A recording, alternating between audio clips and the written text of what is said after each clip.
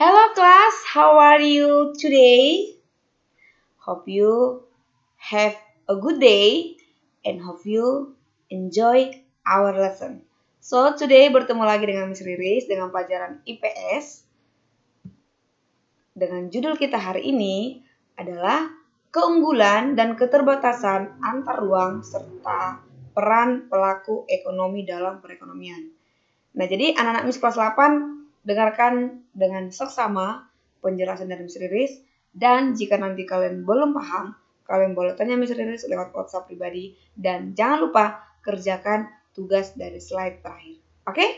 Mari kita simak baik-baik. Nah, langsung kita lompat. Yang pertama itu kita bahas keunggulan dan keterbatasan antar ruang dalam permintaan dan penawaran. Tadi kan kita bicara dalam pelaku ekonomi.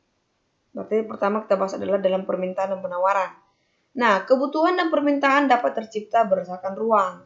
Lokasi di mana seseorang berada dapat menciptakan kebutuhan dan permintaan yang berbeda. Misalnya, orang yang tinggal di kampung sama orang yang tinggal di kota memiliki permintaan yang berbeda, memiliki kebutuhan yang berbeda, walaupun ya sama-sama membutuhkan makan bahan pokok gitu. Terus orang yang ada di gunung dengan orang yang ada di pantai, tinggal di gunung atau tinggal di pantai juga memiliki kebutuhan yang berbeda. Nah, dengan Indonesia memiliki potensi kekayaan sumber daya alam yang sangat luas, sangat banyak, sangat besar. Keunggulan ini menawarkan peluang ekonomi yang menjanjikan. Kenapa, Miss? Oke, mari kita cek satu-satu. Nah, pertama kita cek lagi, apa itu pelaku ekonomi? Pelaku ekonomi itu berarti orangnya, individu-individu atau lembaga-lembaga yang terlibat dalam proses kegiatan ekonomi. Semuanya yang ikut dalam proses kegiatan ekonomi itu dikatakan pelaku ekonomi. Nah, pelaku ekonomi itu ada 3, nak. Ada sebagai produsen, ada sebagai distributor, dan ada sebagai konsumen. Nah, jadi nanti sebagai produsen ini adalah dia yang melakukan kegiatan produksi. Distributor adalah dia yang melakukan kegiatan distribusi. Dan konsumen adalah dia yang melakukan kegiatan konsumsi. Apakah itu? Mari kita cek lagi. Nah, oke. Jadi orang yang melakukan produksi adalah produsen. Produksi itu artinya menghasilkan atau menciptakan atau membuat sebuah barang atau jasa. Sedangkan distribusi yang dilakukan oleh distributor adalah kegiatan menyalurkan, menyampaikan, atau membagi-bagikan atau mengantarkan barang atau jasa. Konsumsi adalah kegiatan menghabiskan atau memakai nilai guna suatu barang untuk memenuhi kebutuhannya. Nah, jadi peran-peran pelaku ekonomi ini ada di sebagai rumah tangga keluarga atau rumah tangga konsumen. Ada dia sebagai rumah tangga produsen. Ada dia sebagai pemerintah dan ada dia sebagai masyarakat luar negeri. Itulah para pelaku ekonomi. Ada sebagai rumah tangga keluarga, produsen, pemerintah, masyarakat luar negeri. Oke? Nah, di dalam permintaan dan penawaran dengan penggunaan teknologi untuk pelaku ekonomi, jadi apa gunanya kita memakai teknologi? Yang pasti adalah untuk membandingkan harga secara cepat. Perbandingan harga. Udah?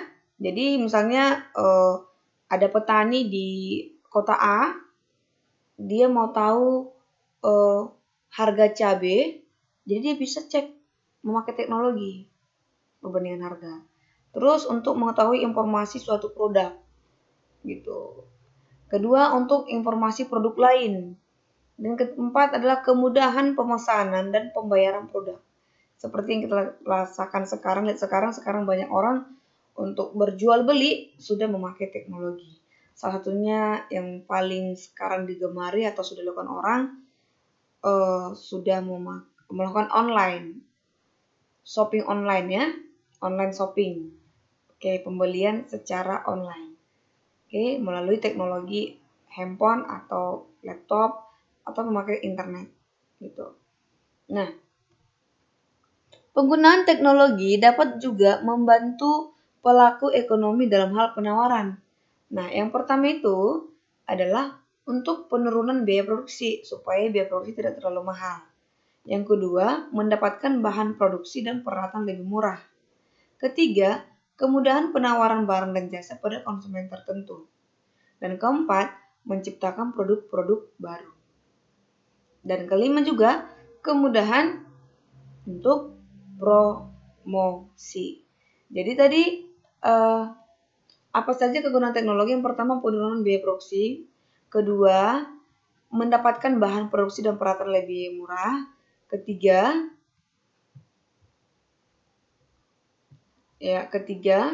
kita tunggu sebentar slide-nya.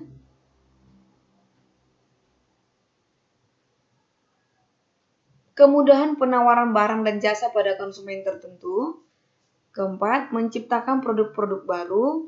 Yang kelima, kemudahan promosi, dan itu dia, ada 5 ya. Oke, sampai di sini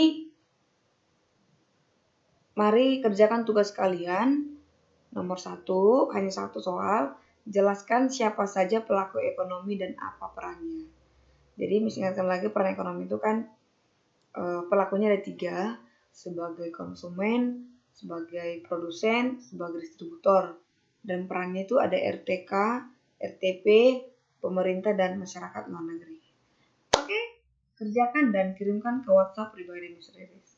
Bye-bye, thank you.